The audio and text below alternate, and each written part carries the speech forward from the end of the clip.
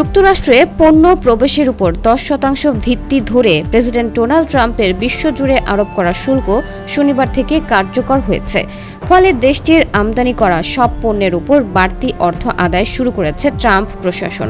ট্রাম্পের নতুন শুল্ক ঘোষণায় বিশ্বজুড়ে পুঁজিবাজারে অস্থিরতা তৈরি হয়েছে। এছাড়া বিক্ষোভ দেখিয়েছেন হাজার হাজার মার্কিনী।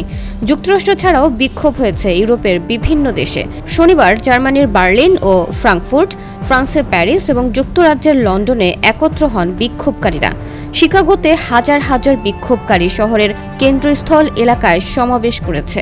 বিক্ষোভের স্থান থেকে আল জাজিরার জন হ্যান্ড্রেন বলেছেন যে এখানে অনেক মানুষ বিক্ষোভে অংশ নিয়েছেন। এই বিক্ষোভকারীরা তাদের চাকরি নিয়ে উদ্বিগ্ন। এ লোকেরা বেশিরভাগই আমেরিকার নাগরিক। তারা ট্রাম্প প্রশাসন এবং ইলন মাস্কের কাছে তাদের বার্তা হ্যান্ডস অফ পৌঁছে দিতে জড়ো হয়েছেন।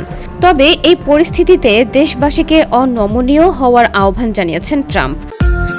নিউ ইয়র্কের মার্কস হোম কেয়ার এখন মিশিগানে।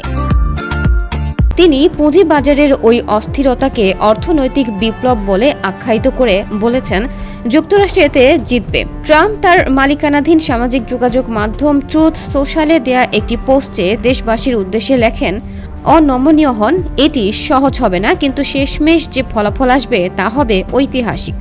এদিকে যুক্তরাষ্ট্রের শুল্ক আরোপের ফলে ক্ষতিগ্রস্ত হওয়ার আশঙ্কায় পড়া দেশগুলোর অন্যতম যুক্তরাজ্য ও ফ্রান্সের নেতারা বলেছেন, ট্রাম্পের ঘোষণার পাল্টা পদক্ষেপ হিসেবে কোনো কিছুই তারা বিবেচনার বাইরে রাখছেন না। আর ওই ঘোষণায় বিশেষভাবে ধাক্কা খাওয়া চীন এরই মধ্যে যুক্তরাষ্ট্রের পণ্যে উচ্চ হারে শুল্ক আরোপের ঘোষণা দিয়েছে। অন্যদিকে ফেডারেল সরকারের আকার কমানো সহ ট্রাম্পের নতুন আর্থিক নীতির বিরুদ্ধে প্রতিবাদ জানাতে শনিবার ওয়াশিংটন ডিসি, নিউ ইয়র্ক ও অন্যান্য শহরের রাস্তায় নেমে আসেন হাজারো মানুষ। তবে ট্রাম্পের পদক্ষেপের বিরুদ্ধে যুক্তরাষ্ট্রে বড় বিক্ষোভ হলেও এ নিয়ে হোয়াইট হাউস এখনও কোনো মন্তব্য করেনি।